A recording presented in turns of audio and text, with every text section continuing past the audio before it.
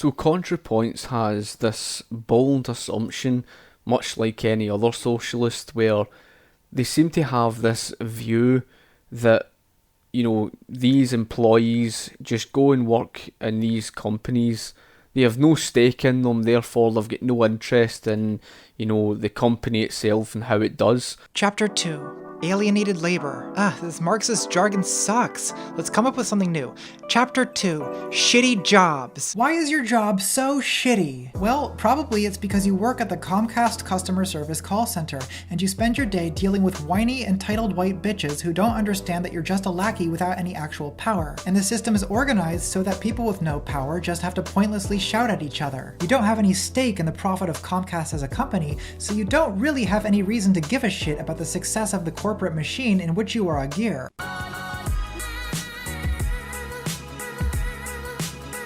But that completely ignores the fact even the employees have a reputation for themselves, especially if they want to work hard to basically move up the ladder to better their experience, and of course to basically get paid better wages. Now this is the point here. The CEO makes $36 million a year while you make $14 an hour, which means that a lot of the value of the work you're doing doesn't get paid to you, but goes straight up the chain of command and into the pockets of the chief lizards. The ruthless hierarchical structure of the company means that you're competing against your fellow employees for a promotion, or even to not be laid off. And if that happens, you'll end up competing against other unemployed people for another shitty job as a concrete lifter, or a mud mule, or maybe even a coffee shop MacBook person. These companies should not be paying $14 or $15 an hour, especially for working in places like McDonald's, etc. That's just ridiculous. The point being is the fact that you might think, oh well, what do you expect people to work for? $6 or $5 an hour or something? These are entry-level jobs.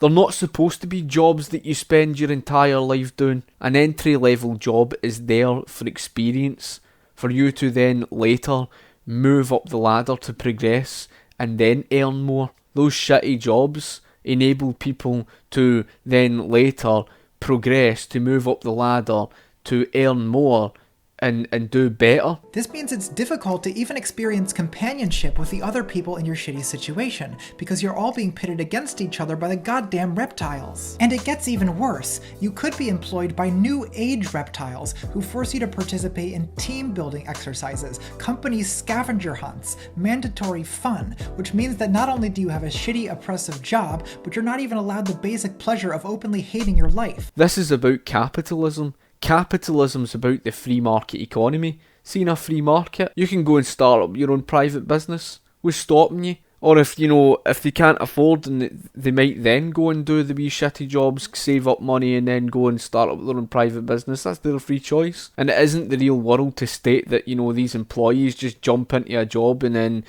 because of all this competition, how their life is just oh so miserable. Again, it's this mentality, it's this infantile mentality to think that, things just fall in a plate for you.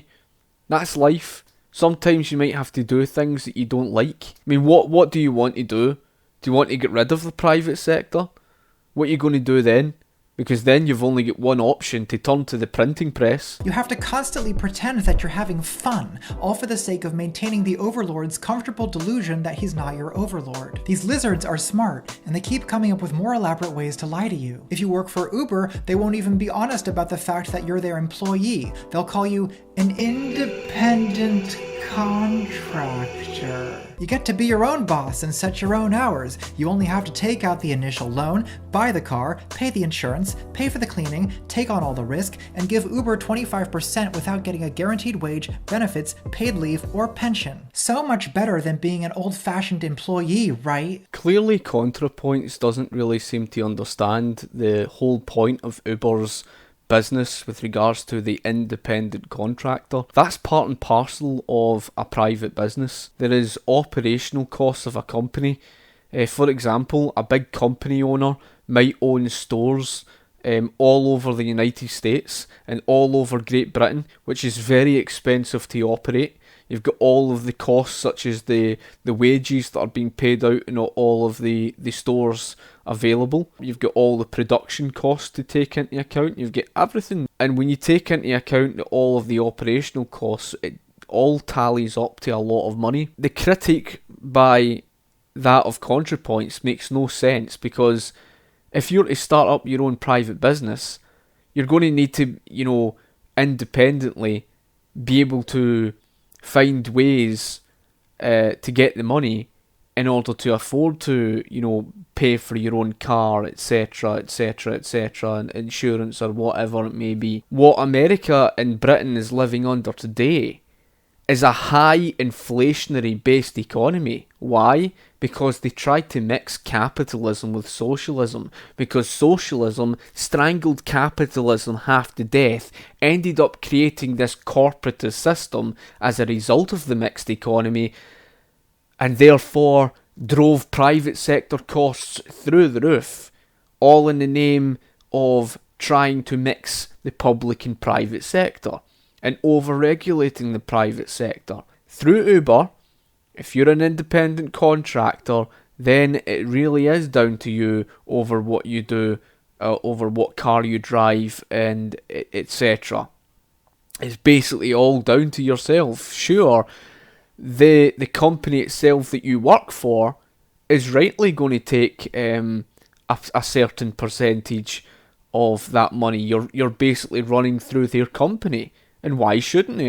It's actually a very smart deal. And they brought a greater level of efficiency out of it. And I thought it was a very smart company, so to speak. The reason why it's so expensive for them today is because, like I've explained, of the high inflation. Because of everything to do with the fractional reserve banking, etc. This is why, it's harder for people to get by. But if Uber was running in a free market, I can guarantee you that it wouldn't cost anywhere near as much for these people to go out and buy their own car and be able to afford their own insurance, etc., etc. So that argument goes flying out the window. Chapter 3. Advertising. Is it pretentious to use chapters in a YouTube video? What if each section is named after an episode in the Odyssey? If you've lived your life in America, you've spent every day since birth assailed from all directions by propaganda campaigns for cereals and cigarettes and sugar snacks, and now you can't get no satisfaction. Jesus, people have been complaining about advertising so long it's come to seem like a basic feature of the human condition. But it's not a basic feature of the human condition. It's a situation particular to life under capitalism. I mean, North Korea is a dystopian shithole, but at least the train station isn't cluttered up with advertisements for... Oh. So many fans. ContraPoints is a tanky confirmed. A neoliberal tanky. The purpose of advertising is to manufacture desires, which brands across the world spend nearly $500 billion a year doing. It's onto this, typical argument you hear again from many socialists on advertisement as if it's a bad thing. I do understand the point that you do get these things to do with the false advertisement and things relative to do with using sex all in the name of selling said given products, etc. The consumer has the free choice over whether they buy or they don't. And see if an individual rushes out and spends money recklessly, that's their own fault. If they don't do proper independent research into things, it's their own fault. Because you will find that when you look at products, even if you go on, sites like Amazon, and you look through the reviews section and you read all the reviews, you will find what many people say, and you find all of the ratings, etc., on specific given things, and you can even research elsewhere and do your own independent research into things, and read and learn from other review sites and things like that on what they say on specific given products. You've got a wealth of information out there before you even spend money on a particular product. And then on top of that, what ContraPoints has just completely ignored is the very fact that these companies, because of business reputation, because of consumer demand, these companies have returns services.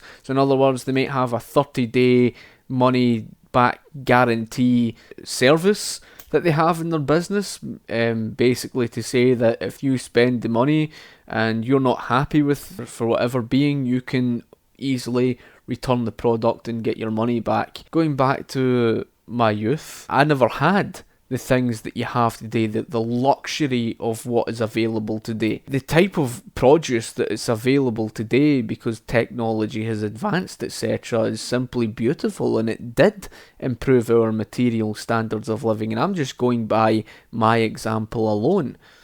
For example, we didn't even have the internet. I wasn't even able to produce such amazing 4K video. Love cannot survive without diamonds. Is this rational? Does it help people make genuine decisions about their own best interests? Of course not. The goal of advertising is not to satisfy the pre-existing needs that people have. It's to endlessly create new needs. As if, these producers just produce what they want and then advertise it, and then demand is created. As if to say consumerism is created by production. That's completely false. It's actually down to consumer demand that determines what is going to be produced. It's all well in this fairy tale fantasy world believing that capitalist business owners can just produce whatever the hell they like and then advertise it and then, just throw it out there and as if by magic it just sells. That isn't the real world. In every company, you have a market research department.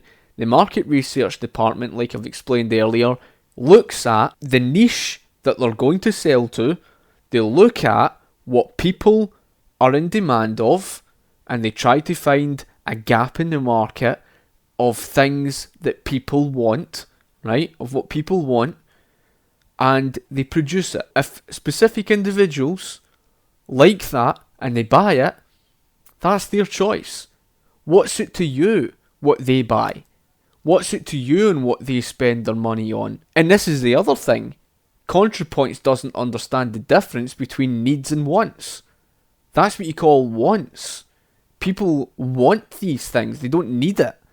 People don't need the diamond jewellery. So this is the argument, because it's misunderstanding that difference. When it comes down to production, producers will produce what consumers are in demand of.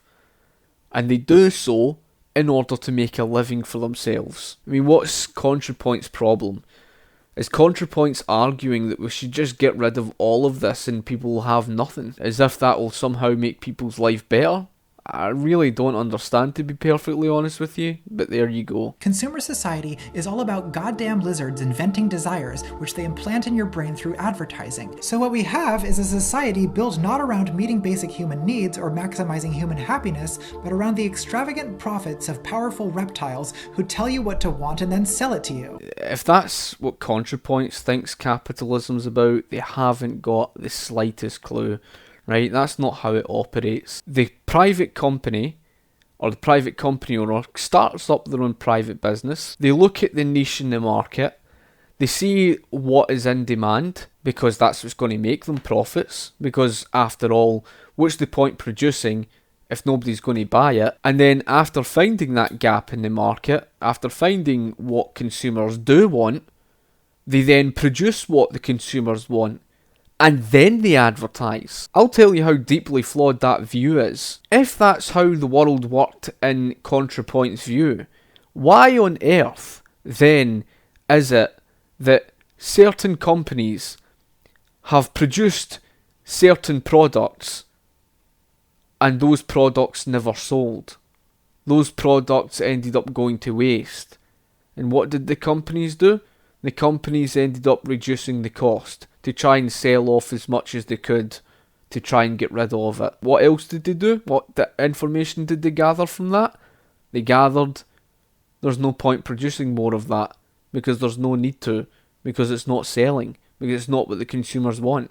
So it's actually consumer demand that drives production. It's not production that drives consumer demand. ContraPoints doesn't understand what drives production in the marketplace in a capitalist system.